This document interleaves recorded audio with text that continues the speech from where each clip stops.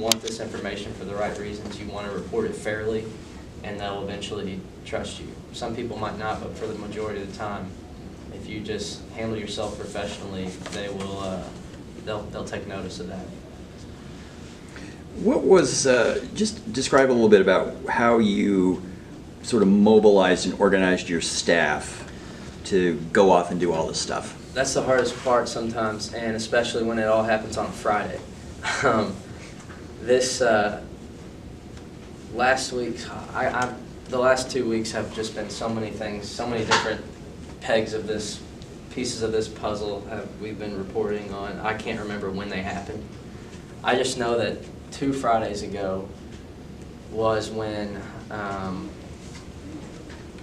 we were still trying to find out more about this Potter College DH meeting, and we had also that day received tips from Mr. News and some other people that Sally Ray was going to decline the position. And the way we vetted that was just we asked the media relations director, Bob Skipper, we're hearing that Sally Ray. And so when you go to somebody like that, a media relations director, and you've heard from a couple of people, just tell them what you're hearing. We're hearing that Sally Ray is declining the interim dean position. Is that true? Within 30 seconds, emailed back, yes. We reported it right away. Nobody else had it. Sometimes just going straight and asking the university or whatever it might be, whatever entity it might be, just asking them what happened. Were the media relations people at WKU helpful in the reporting of this story, or no? Bob Skipper is the media relations guy. He typically is pretty helpful with us. He'll tell us what he knows, and if he doesn't know, he genuinely won't tell us. Sometimes he'll BS us and tell us he doesn't know anything, and then we'll see it come out an hour after we send our paper off to print on Mondays. But most of the time, if you just tell them, if you just are transparent with them, they will help you out. Here, at least, that's not true for most things, and it's not always true here either. Anyways, on how did I mobilize my troops? So on that Friday afternoon, and I hardly ever go in the office on Friday afternoons. Just totally honest, I want to go home by Friday. But this was not a situation where any of us could afford to do that, because this stuff was obviously going to be happening throughout the weekend and on that day. And so I remember now, the Friday was when the meeting was supposed to happen, the DH meeting, and then it was dark. And so we had all of our editors were going back and forth saying it's closed here, and then we just went to every person on that email chain's office, every single one of them's office, and if they weren't there, we found out when they were going to be there and why they weren't there. None of them were in their office. Most of them were out for the day, and the provost was out of town.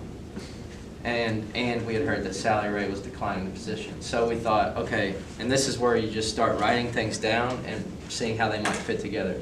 So we said, okay, none of these people are in their office, and the door's closed, and the lights are out. So that meeting's not happening on campus, but they're probably meeting somewhere. It's probably off campus somewhere or in a weird conference room. So we checked all the conference rooms in the Potter College buildings, Cherry, Gordon Wilson, here, wherever.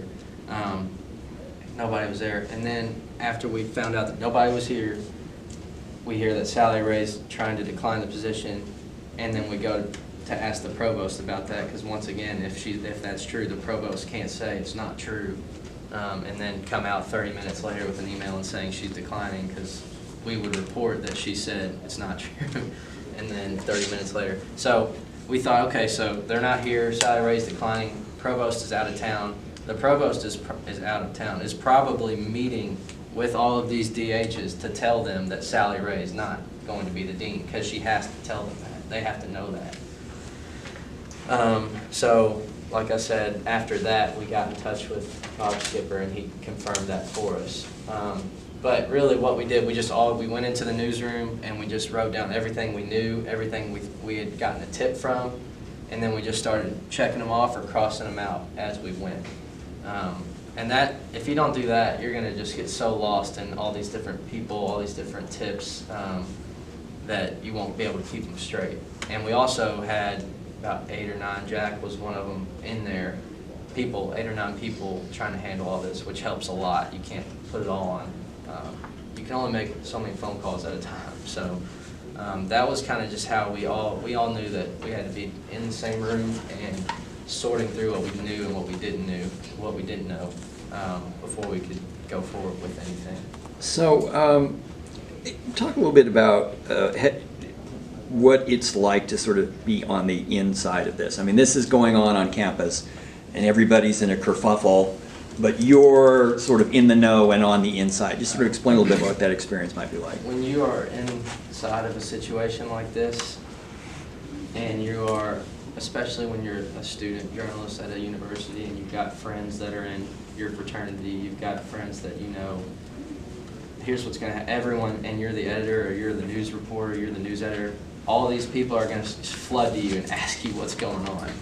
And you can't tell them everything yet because you haven't even confirmed some of this stuff yet. So if you tell them these things and they start spreading, you never know where that's going to end up. So you have to be both protective of what you know, or what you think you know, until you know it, meaning until you've got it confirmed, and just bite your tongue sometimes when you see in your fraternity's group message all these people saying, this is what happened, that's what happened, this is what, oh, this guy said that, and you're just like this close to being like, y'all are wrong about all this. I know this, but you got to just bite your tongue, and when it comes out, you're the first to report it, and then they'll see that. But it is a tricky situation because sometimes these people are plugged in, like some of your fellow students might be plugged into, might have a close relationship with some of these Potter College department heads or teachers, and they might be hearing these things from them directly. So if they're asking you what you know and you just totally ignore them, you might not get something that they want to tell you, but they're just trying to gauge what you know first. So like if John, my friend, is best friends with his teacher and department head of philosophy and religion in Potter, and he's coming to me asking me, what do you heard, what do you know about Snyder resignation? I can't just say, I can't say anything right now. Just tell them the most minimal amount of things you know, in hopes that they will say, oh, okay, he knows that much, okay, I'm going to tell him this. And that's how you get more tips and things like that. You have to be very careful, though. You have to make sure that you're not going to say something you know when you don't know that, if that makes any sense. But it's interesting to be, like when I got that email chain, I was literally seeing this correspondence that these people thought they were having privately on their Gmail accounts, which the only way I got that was lucky. Full disclosure, my girlfriend works at a country club here, and one of the husbands of a Potter department head goes to the country club, and she's just like the cashier or the pro shop girl. And he just is a loudmouth apparently, and just said, look at all these emails that my wife is going through about this. And she said, I'm really confused, I don't understand what you're saying. He goes, oh, I'll just send it to you. So he sent it to her, and she came and showed them to me, and she was freaking out, thinking that she was going to get in trouble. And I told her, don't worry about it, I'm not going to let anyone know who told me this. But she came back like a few hours later and said, by the way, this guy knows who you are, and he knows you're the editor, so he wants you to know this. So that's when I was like, oh, okay. But yeah, when you're on the inside of a situation, it's fun, but it's also a little bit scary. It's just a lot of things. Yeah. And you have to be really careful with how you present that stuff. What would you say was the biggest hurdles that you all had in reporting this story? I don't think it was too big of a hurdle to get all these different rumors and things, because we did a really good job of sorting it out and vetting everything, meaning calling multiple people and asking them the same exact thing to see what was true and not.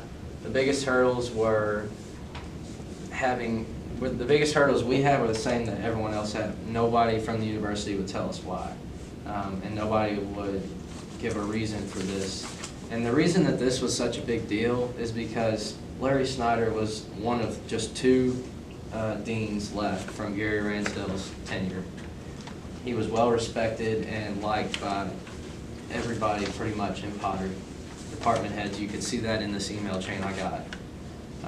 And he was resigned literally right in the middle of all this program review stuff, this CAPE stuff, where now Potter College has no leadership to take them through this process that is going to see a lot of the programs in here either be suspended or cut.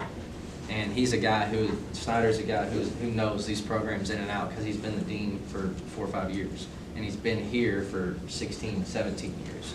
So that's why it was such a big deal, and that's why everyone was demanding an answer. And when the provost refuses to, or anybody from the university side refuses to tell you anything besides the fact that it's a personnel matter, it's closed, we can't comment, which is not true.